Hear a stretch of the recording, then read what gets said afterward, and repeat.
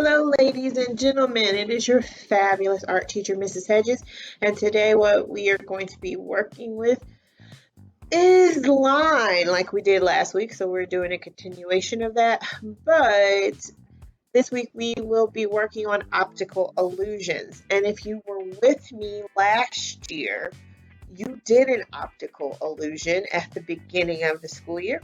Again, that's if you were there with me. Third grade last year, which are my fourth graders now, you did that design where you traced your hand and you had to make those straight lines and then you had to curve them and make straight lines again and curve them. It was difficult, and we're going to do it again. We're going to do a different we're not going to do our hand again, but you will be doing that illusion. My fifth graders, who were fourth graders last year, we did where you use color to create your optical illusion. Like we had that square, and then you had to put the lines around it, and then you had to alternate colors to make it look like it was an optical illusion. So we're going to be doing either our name, that is a big challenge if you think you are up to doing your name, or you are going to do your initial. So you're going to either do your name or an initial, and I'm actually going to open it up to a shape as well. So you have to pay close attention because this is not an easy thing to do. So get ready to be challenged.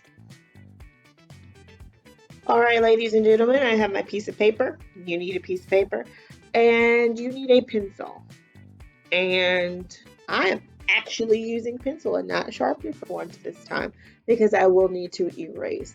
Now, what you are going to need to do is in the center of your paper, you choose whether or not you want to do a letter or a shape. So if you are doing a letter, you have to do a bubble letter or a block letter so that you have room to actually create the optical illusion. So I am going to do a shape first. Let's see, I'm going to do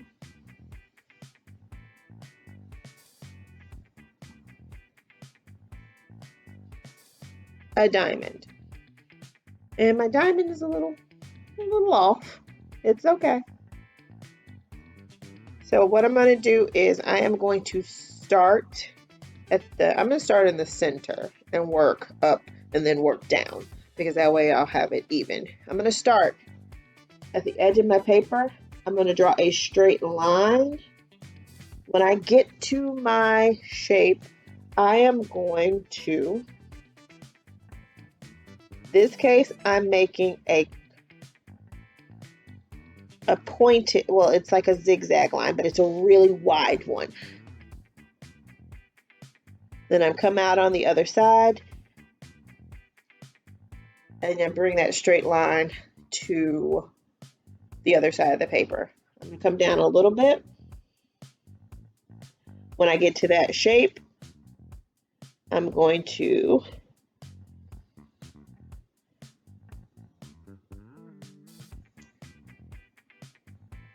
and if you see what I'm doing, you might actually start seeing a 3D looking diamond.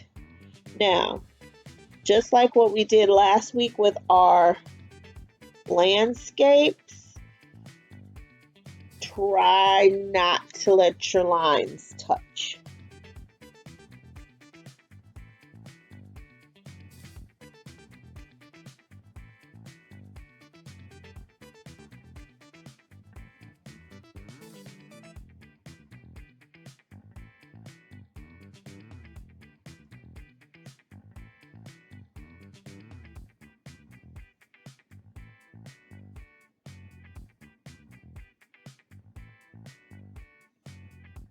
All right, so I have that like that.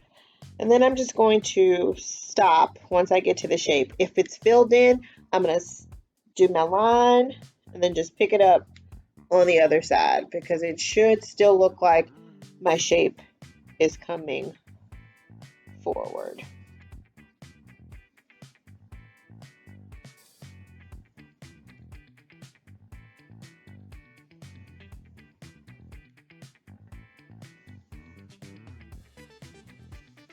And you see I'm finishing out the rest of my page.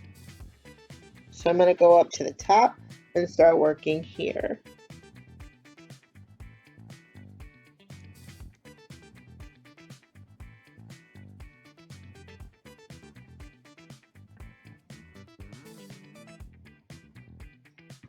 All right, so I have my lines in there.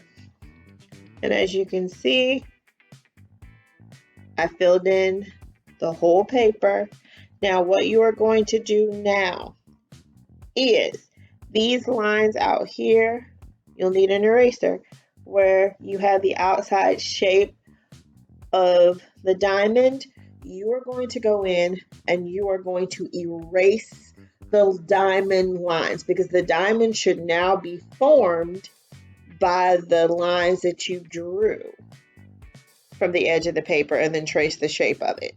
So you will start erasing the actual shape. So it's going to take some time to go in between each little line.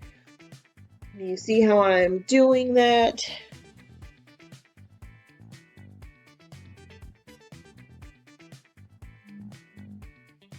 So you're going to go in there and you're going to do